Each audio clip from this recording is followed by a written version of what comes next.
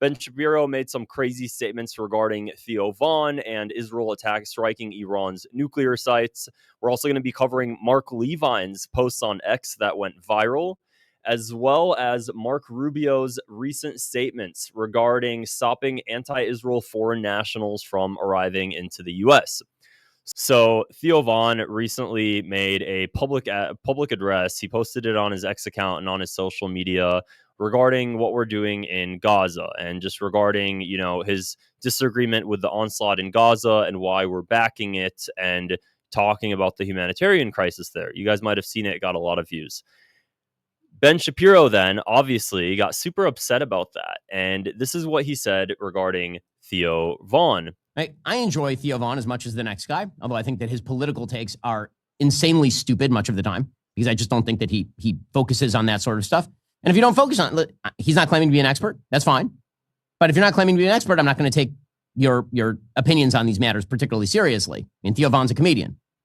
That's fine. It's also worth noting Theo Vaughn is 45 years old. Theo Vaughn is 4 years older than I am. Theo Vaughn is like, in the olden days, Theo Vaughn would be closing in on the gold watch and retirement. And he dresses like a skater who's 16 years old, wears his hat backwards, and acts as though he's a refugee from the Stoners Club in junior high. It's a little weird. Nothing he said is surprising, but it's just laughable at this point. All Theo Vaughn did is talk about the humanitarian crisis in Gaza and why we're backing it. There is not one good argument you can make for how this benefits America, but somehow it pisses this dude off. Why? Does anybody question why? Why does he care so much? Obviously, it's because he's a Zionist and he supports Israel. So then it brings up the question that people claim is anti-Semitic. Where does his loyalty lie? The only logical course of action that the United States could take right now is to stop sending weapons to Israel. That's the only thing that could benefit the United States. We'd stop isolating ourselves internationally when it comes to diplomacy. There's nothing good that comes from what the United States is doing right now. But yet this guy is over here advocating for it. This is not the first time, though. This is not the first time that Ben Shapiro advocates for things that benefit the United States in no way whatsoever. You might remember this article that Ben Shapiro wrote back in the early 2000s. Why war in Iraq is right for America. Ben Shapiro posted this article on August 11th, 2005. Genuinely, just think about this. Why on earth would Ben Shapiro write that war in Iraq is right for America? Where does his loyalty lie? Anybody that you talk to nowadays will say that the war in Iraq was completely unnecessary and benefited America in no way whatsoever. So why is this guy advocating for it? Does it have anything to do with the fact that we took out Israel's biggest enemy at the time, Saddam Hussein? Does that have any reason to do with it? Absolutely it does. Absolutely it does. The guy's a staunch Zionist.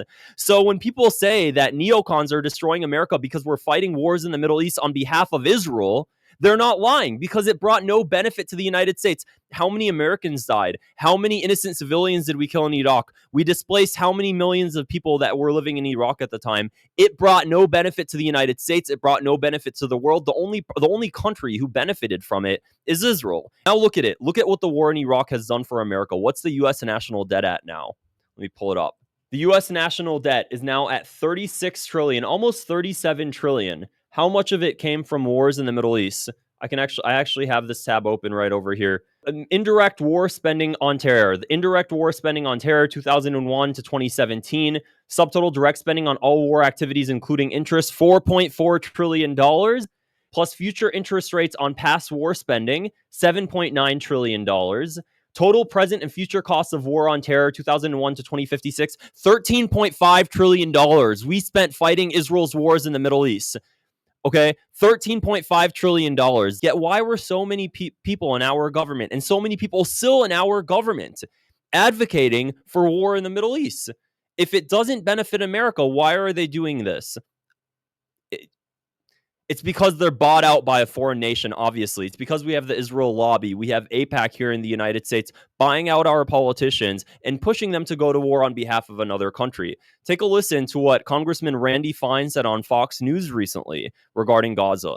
Well, I think it speaks to the importance of the only end of the conflict is complete and total surrender by those who support Muslim terror. In World War II, we did not negotiate a surrender with the Nazis. We did not negotiate a surrender with the Japanese. We nuked the Japanese twice in order to get unconditional surrender. That needs to be the same here. There is something deeply, deeply wrong with this culture, and it needs to be defeated. By the way, for important context, Randy Fine is a staunch Jewish Zionist. Does he really want to talk about which culture has something deeply wrong with it right now? Because if he does, then let's go ahead and pull up this Penn State article that was recently conducted. It was a poll. 82% of Israelis support the ethnic cleansing in Gaza. This is a Penn State poll that was conducted. And here we have an image of Israeli settlers with their rifles, M16 rifles in the West Bank, also come from the United States, by the way. The poll was conducted in March. It surveyed 1,005 Jewish respondents across Israel. When asked if Israeli army should act like the biblical Israelites under Joshua and Jericho, killing all inhabitants of a conquered city, 47% agreed. 47% of Israelis in Israel agree with killing everybody in Gaza. And there's nothing wrong with this culture.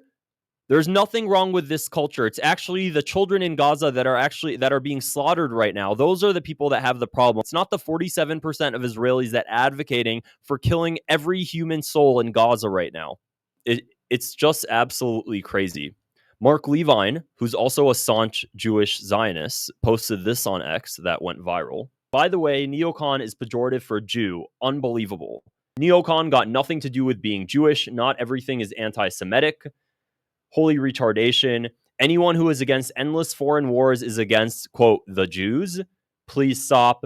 You've lost your mind. It's sad to watch you fall from grace, but you do you. What I don't understand is that why would conflate being a warmonger with being a Jew? How is that not anti-Semitic in of itself? Why would you want to conflate the two things? Why would you want to do that? It baffles my mind, but separately from that, Mark Rubio also made a public address stating this. Under President Trump, the United States will stand with the Jewish people. We have implemented a vigorous new visa policy that will prevent foreign nationals from coming to the United States to foment hatred against our Jewish community. We are holding international organizations and nations accountable for rhetoric against Israel that resurfaces in the manifesto of monsters, like Iran and Sarah's killer. The U.S. will ban people that protest death to Israel, but death to America is just fine. I thought he was a representative of the United States of America, not Israel. It's all just wild, guys. There's really nothing more to say than that. Sometimes I feel like our government cares more about Israel than it does about America. If you want to see more of my videos, click the subscribe button below, and I'll see you guys later. Bye.